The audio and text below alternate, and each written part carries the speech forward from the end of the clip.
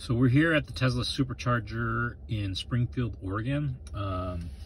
Since it's late at night, 8:28 rather, it's very dark. And honestly, there's not much to see except, you know, the regular Superchargers as I've been kind of showing you all during this entire trip from LA to Seattle. There's 14 of them here.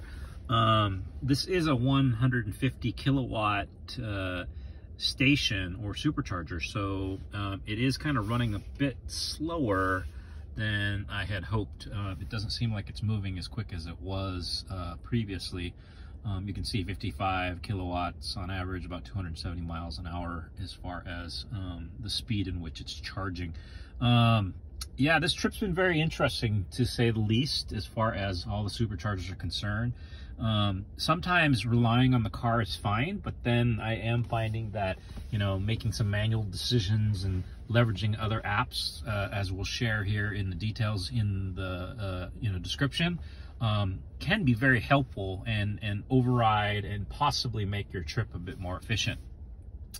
It looks like we have a couple more trips, or sorry, a couple more superchargers to visit. It says Vancouver, Washington, and then Tumwater, Washington. But as I kind of scour the other app that allows us to see all the superchargers, and I think you can literally just search superchargers on your app store or in your app store, or perhaps your Android store as well. And when you do, frankly, you can find this app that lists all the different superchargers. So overall, I think a combination of them really helps make this trip as efficient as possible.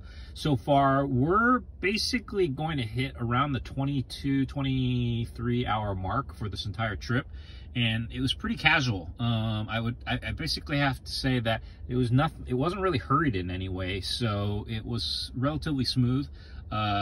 Physically, I feel pretty good, and as a result, I feel pretty good about this whole trip. So anyway, this Springfield Supercharger seems a little bit slower, so maybe if it would be nice to have other options, it would be great. But unfortunately, as you get towards the last leg from LA to Seattle, there's only a few superchargers between the south part of Oregon State to the northern part, and so your choices are kind of limited.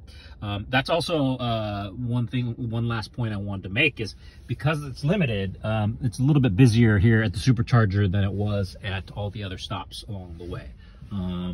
I did find that, almost to a certain degree, it was hard to literally come in and take over some spots. Unfortunately, people had already left. So despite the fact that it said it had plenty of openings, which it does to a certain degree, but at the same time, the point is it is a little bit more crowded here as the superchargers are more limited. So hope that's helpful, and yeah, just a little bit information about the Springfield, Oregon supercharger.